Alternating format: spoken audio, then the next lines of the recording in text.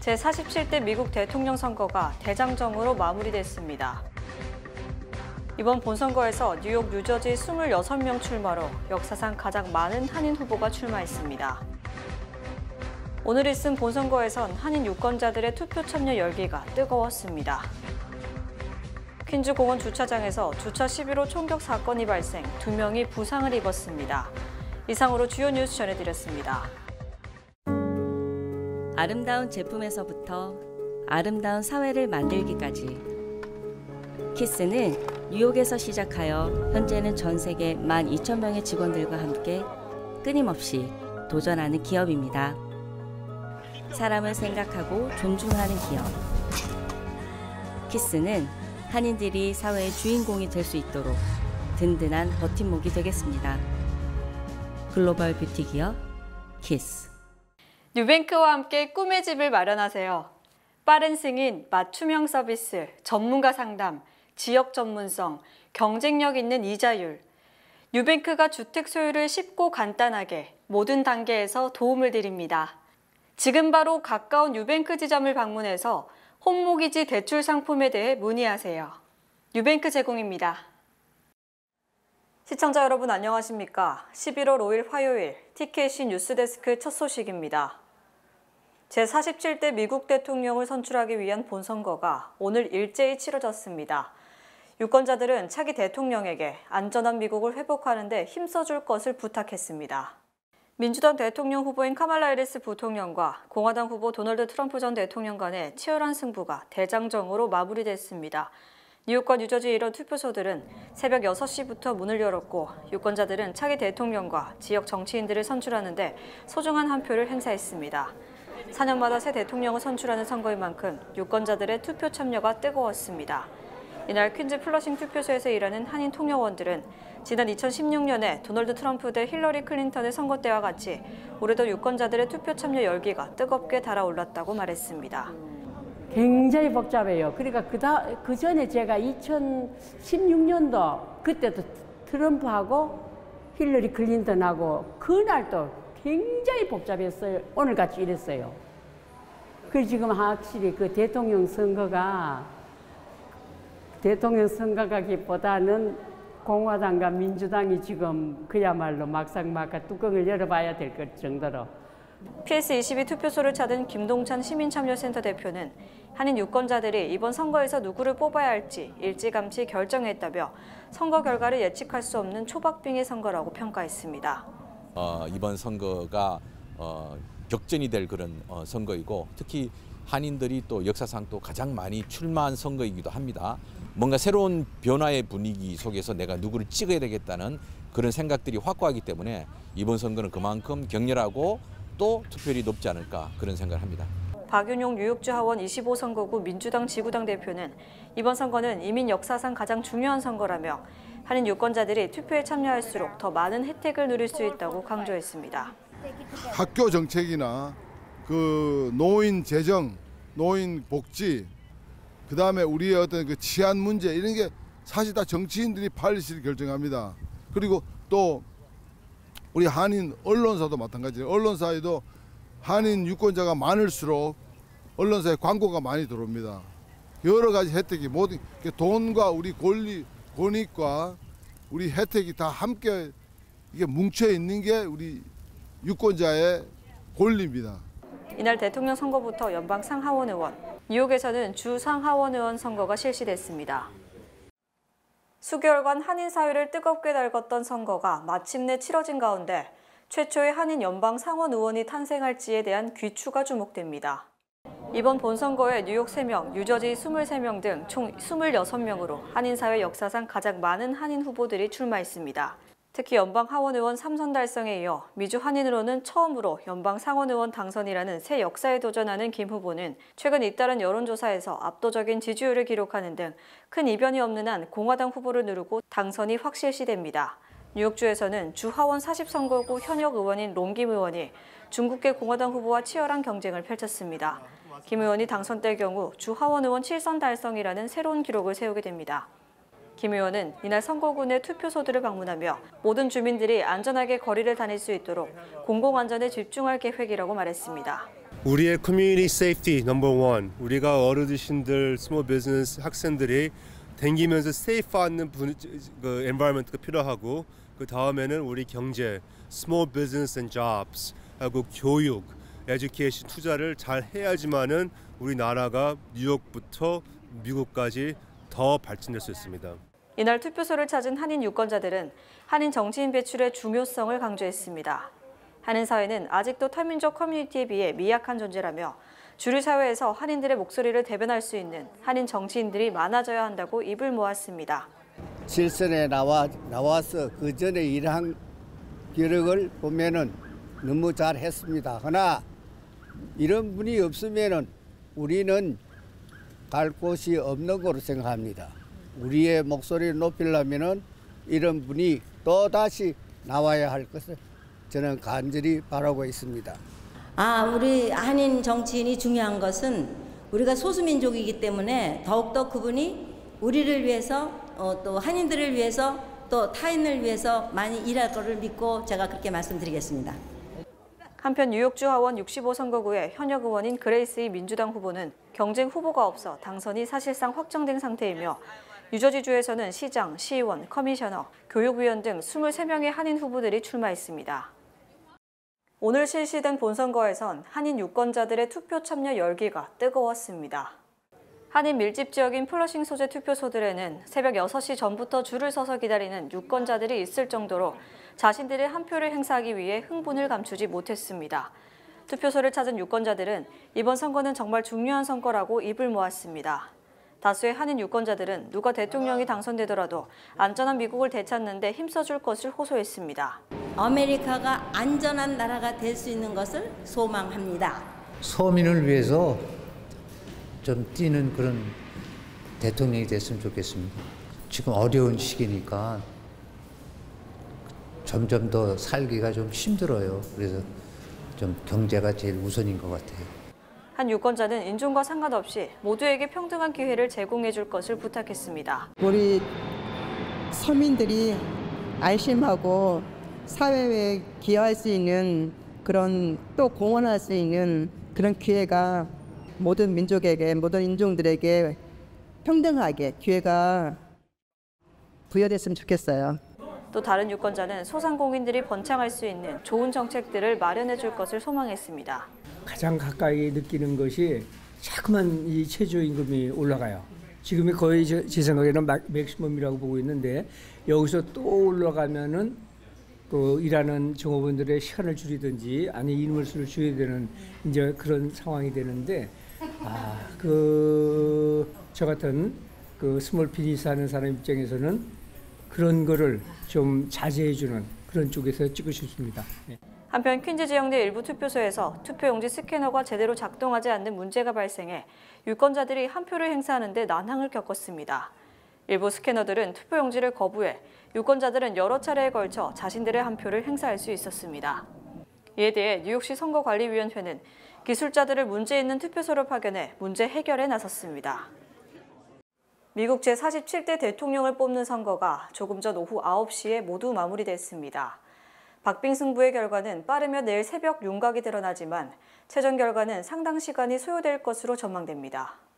플러싱을 비롯한 뉴욕시 지역은 오늘 오전 6시 투표가 시작돼 조금 전 오후 9시 투표가 종료됐습니다.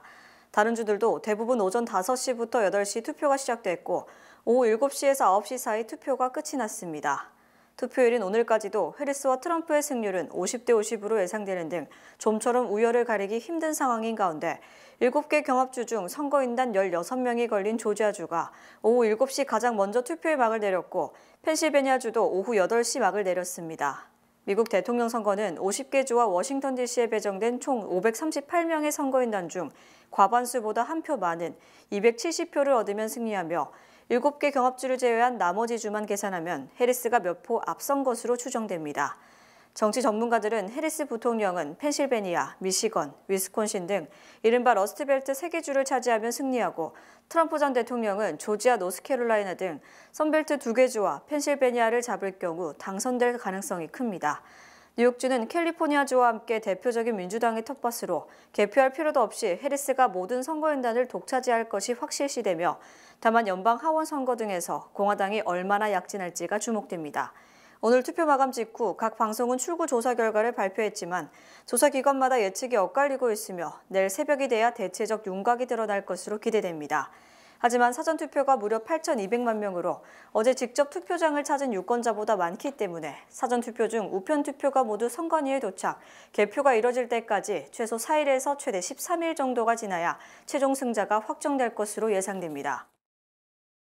선거운동 마지막 날인 어제 해리스 부통령은 오프라 윈프리, 레이디 가가 등 유명 연예인을 대거동원, 펜실베니아주에 올인한 반면 트럼프 전 대통령은 펜실베니아를 찍고 주요 경합주를 방문하는 등 1000마일 이상을 이동하며 막판 유세를 펼쳤습니다. 해리스 부통령의 마지막 유세는 당초 예상대로 펜실베니아주에 집중돼 스크랜턴, 앨런타운, 레딩, 피츠버그, 필라델피아 등 무려 5개 도시를 종횡무진 누비며 지지를 호소했습니다. 해리스 부통령은 나는 미국의 다음 대통령으로서 미 국민을 이끌 리더십을 갖추고 있다. 공포와 분열을 극복하고 새로운 페이지를 열자고 강조하며 반드시 투표해달라고 독려했습니다. 특히 어제 마지막 유세에서는 해리스 지지 대표 연예인인 오프라 윈프리는 물론 세계적 팝 가수 레이디 가가, 리키 마틴 등 연예인들이 대거동원돼 유권자를 끌어모으는 등 콘서트를 방불케 했습니다. 트럼프 전 대통령도 펜실베니아주를 방문한 뒤 노스캐롤라이나와 미시간 등 1000마일 이상을 이동하며 정권 심판론을 강조하고 한 표를 호소했습니다. 트럼프 전 대통령은 2016년과 2020년 선거 유세 때 피날레를 찍었던 미시간주 그랜드 래피즈에서 마지막 유세를 펼치고 우리는 수년간 바로 이 순간을 기다려왔다. 공은 우리 손에 있다. 우리가 앞서고 있고 우리가 할 일을 지금대로 마무리하는 것이라고 강조했습니다. 트럼프 전 대통령은 여러분은 내일 해리스에게 카말라 넌 해고야 라고 외쳐야 한다. 투표를 통해 바이든과 해리스의 실정을 심판해야 한다고 말했습니다. 또 푸에르토리코를 쓰레기 섬으로 비난했다는 논란의 의식, 나는 푸에르토리코를 사랑한다며 히스패닉 달래기도 잊지 않았습니다. 선거운동 마지막 날 대선 주요 예측 모델에서도 양측이 동률을 기록한 것으로 나타났습니다. 영국 시사주간지 이코노미스트의 대선 결과 예측 모델에 따르면 4일 기준 해리스와 트럼프의 당선 확률은 각각 50대 50을 기록했으며 다만 해리스 부통령의 단기적인 상승세가 관측됐습니다. 해리스 부통령의 승률은 하루 전보다 1%포인트 오른 반면 트럼프 전 대통령은 1%포인트 하락했으며 일주일 전과 비교하면 해리스는 5%포인트가 오르고 트럼프는 5%포인트가 빠졌습니다. 즉 해리스 부통령이 지난달 19일부터는 열세였지만 지난달 30일 약세를 극복하고 동률을 기록한 뒤 엎치락뒤치락하다 다시 동률을 보인 겁니다. 또 쪽집게 예측가로 유명한 통계학자 네이트 실버도 해리스와 트럼프의 당선 확률을 동률로 예상했습니다. 실버는 총 8만 회의 시뮬레이션 결과 해리스가 4만 12회 승리하는 것으로 나타났고 이는 50.015%의 승률로 사실상 동률이나 마찬가지입니다. 또 8만 회의 시뮬레이션 중 270번의 결과가 양측이 선거인당 269명씩 똑같은 수를 확보하는 것으로 나타났습니다. 3일 저녁 퀸즈 공원 주차장에서 남성 2명이 총에 맞는 사건이 발생했습니다. 경찰은 3일 저녁 8시 30분경 큐가든스 힐즈의 79 에비뉴에서 두 남성이 총에 맞았다는 신고를 받고 출동했습니다. 경찰에 따르면 22세 용의자 알란 로드리게스는 주차장에서 피해자 41세 남성, 34세 남성과 말다툼을 했습니다. 용의자는 피해자들이 주차한 자리에 주차를 원했던 것으로 드러났습니다. 말다툼이 격해지자 용의자는 41세 남성의 다리에 34세 남성의 왼쪽 발에 총격을 가했습니다. 두 피해자 모두 안정적인 상태로 자메이카 병원으로 옮겨졌습니다. 용의자는 현재 체포된 상태로 경찰이 수사 중에 있습니다. 앞으로 뉴요커들은 터치 한 번으로 1,500개의 스트릿 이름의 숨겨진 이야기를 찾을 수 있게 됐습니다. 뉴욕시는 지역에 의미 있는 발자취를 남긴 사람의 이름을 딴 거리에 비하인드 스토리를 검색해 볼 수 있는 온라인 지도를 출시했습니다. 이 지도는 모바일과 웹 모두에서 사용 가능하며 그 사람의 일대기와 역사적 정보를 제공합니다. 겔 브루어 시의원은 우리 시는 길고 풍부한 역사를 지녔다. 역사적으로 이름 남겨진 이들을 기억하는 수단이 있어야 한다며 이 지도는 거리 버전 위키피디아가 될 것이라고 말했습니다. 이용자들은 이 지도를 통해서 1,610개의 교차로와 886개의 스트릿에 이름 붙여진 명예로운 사람들의 전기를 찾아볼 수 있습니다. 이 중 400개 이상의 거리에 9.11 테러로 목숨을 잃은 희생자들의 이름이 기록돼 있습니다. 한편 이용자들은 개인 이름이나 집코드 혹은 직업명으로 검색할 수 있습니다. 연방정부가 2024 회계연도 동안 항공편을 통해 추방한 불법 체류자가 70만 명을 돌파, 14년 만에 최다 기록을 세웠습니다. 연방이민 세관단속국이 발표한 항공편을 통한 추방 현황에 따르면 국토안보부는 2024 회계연도에 70만 명 이상을 항공편을 통해 추방했다고 밝혔습니다. 이는 2010년 이후 14년 만에 최다 기록이며 멕시코 출신을 제외한 다른 국가 출신 불법 이민자들에 대한 최다 추방 기록입니다. 특히 연방이민 세관단속국은 지난 6월 5일 불법 체류자를 즉시 추방하라는 대통령 임시 행정명령이 발효된 직후부터 9월 30일까지 145개국으로 495편 이상의 항공편을 이용해 16만 명을 추방했다고 밝혔습니다. 이들 중에는 브라질, 콜롬비아, 쿠바, 도미니카 리퍼블릭, 에콰도르, 하이티, 자메이카 등의 미국 국자들이 많았습니다. 이민세관단속국은 2024 회계연도 전체를 보면 항공편 추방이 70만 건 이상이며 이는 2023 회계연도 약 20만 5천 명을 추방한 것보다 3.5배 정도 많은 겁니다. 이민세관단속국은 미국과 국경을 접한 멕시코 미리 국자는 육로로 추방하는 반면 나머지 국가는 대부분 항공편으로 추방하고 있으며 이를 위해 대형 여객기를 전세 내서 이용하고 있습니다. 선거 바로 다음 날인 내일과 모레 연준이 공개시장위원회 회의를 개최하는 가운데 시장에서는 0.25%포인트 인하 전망이 커지고 있습니다. 주요 언론들은 지난 10월 26일부터 시작된 블랙아웃, 즉 침묵기간 이전의 연준 이사들 발언을 살펴보면 점진적인 금리 인하를 주장한 사람이 많았다며 금리 동결이나 B컷보다는 0.25%포인트 인하 가능성이 크다고 보도했습니다. 이에 따라 연준은 오는 7일 목요일 0.25%포인트를 인하, 기준금리가 4.5%에서 4.75%가 될 것으로 예측했고 시카고 선물거래소 패드워치 역시 0.2%포인트 인하 베팅이 가장 컸습니다. 경제 전문가들은 인플레이션은 완화된 반면 노동시장은 다소 약화되면서 연준은 점진적 금리 인하를 통해 경제에 활력을 불어넣어야 할 시점이며 대선이 끝남에 따라 정치적 불확실성이 사라져 조금은 편안한 상태에서 금리 인하를 결정할 것으로 내다봤습니다. 연준은 지난 9월 0.5%포인트, 이른바 B컷을 단행했으며 이번에 0.25%포인트를 내리면 0.75%가 내려가게 됩니다. 또 올해 마지막인 다음 달 회의에서도 0.25%를 내리면 결국 올해 1%포인트 인하되며 이 상태에서 몇 개월 지켜본 뒤 내년 봄 이후 다시 인하 또는 인상에 나설 것으로 예상됩니다. 하지만 금리가 팬데믹 이전보다 많이 올랐다는 점에서 내년에도 인상보다는 인하 쪽이 방점이 찍히는 대신 다만 인하 속도는 더욱 느려질 것으로 전망됩니다. 올해 미국 주택 구매자 평균 연령이 지난해보다 무려 7년이나 뒷걸음질 쳤고 전체 거래에서 신규 매입 비율이 사상 최저치를 기록했습니다. 전국 부동산 중개협회가 발표한 연례부동산 시장 보고서에 따르면 올해 주택 구매자 평균 연령은 56세로 지난해 49세와 비교하면 무려 구입 연령이 7년이나 뒷걸음질 쳤습니다. 이 조사는 지난 2023년 7월부터 올해 6월까지 1년간 주택을 구입한 5,390명을 설문조사한 것으로 신규 주택 구매자는 중간 나이도 38세로 전년 35세보다 3년이나 늦어졌습니다. 특히 전체 주택 매매 중 신규 매입 비중은 24%로 지난해 32%의 8%포인트, 약 4분의 1이나 급감했으며 이는 지난 1981년 조사를 시작한 이후 신규 매입 비중이 가장 낮은 겁니다. 이처럼 신규 주택 구매자 구입 연령이 크게 늦춰진 것은 전국의 주택 중간 가격이 43만 5천 달러로 2020년보다 약 40% 상승했고 30년 만기 모기지 금리가 2배 치솟아 6%를 넘었기 때문으로 풀이됩니다. 또 43만 5천 달러짜리 주택의 평균 다운 페이먼트는 매매가의 18%로 7만 8,300달러에 달하며 이는 미국 가구 중간소득 8만 610달러와 맞먹을 정도로 치솟았습니다.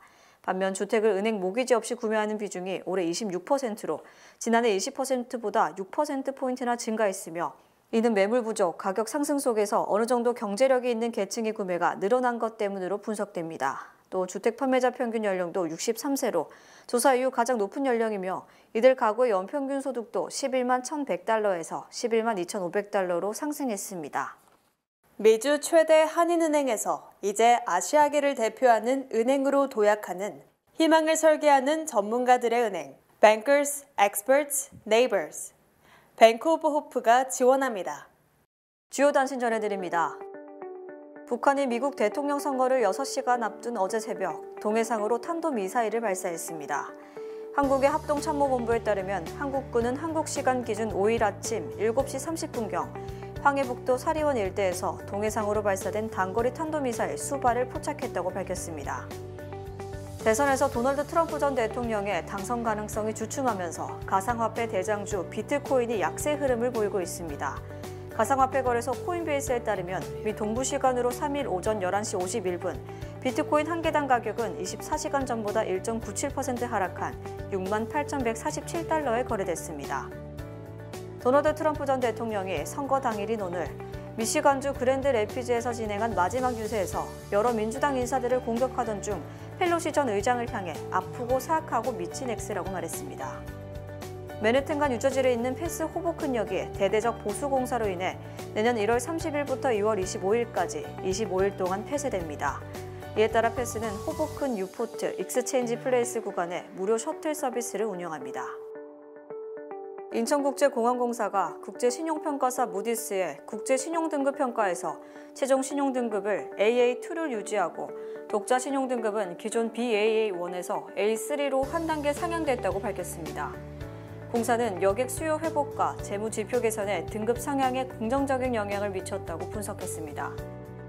도요타 자동차는 북미 전기차와 하이브리드차 배터리 생산을 늘리기 위해 미 남부에 건설 중인 공장에 이어 신공장 설립 투자를 검토 중이라고 밝혔습니다. 도요타는 하이브리드를 포함한 전동차 판매 비율이 10월 처음으로 50%를 넘겼으며 이는 전년 동기 대비 50% 증가한 수치입니다. 나파밸리가 전국에서 결혼 비용이 가장 비싼 지역 1위에 올랐습니다.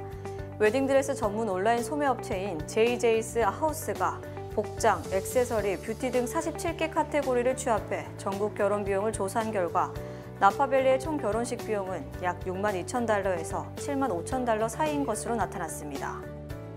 페루 중부에서 열린 지역리그 축구 경기 중 벼락이 내리쳐 선수 1명이 숨지고 4명이 다쳤습니다. 이 사고로 수비수인 우고데라 크루즈가 사망했습니다. 그는 당시 손목에 금속 팔찌를 차고 있었는데 이 팔찌가 사망에 영향을 미쳤을 것이란 추측이 제기됐습니다. 날씨 전해드립니다. 수요일인 내일은 대체로 맑겠습니다. 낮 최고 기온은 78도, 최저 기온은 63도입니다. 해 뜨는 시간은 6시 33분, 해 지는 시간은 4시 46분입니다. 이상으로 주간 날씨와 세계 날씨 전해드립니다.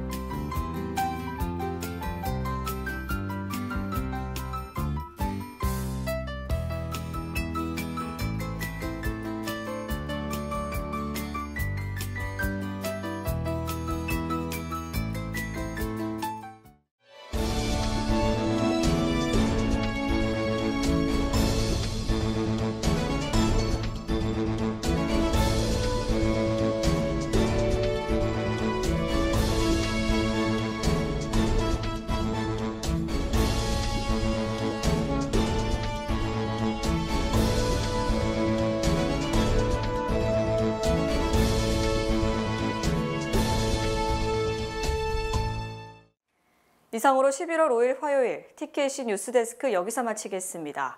시청해주신 여러분 고맙습니다.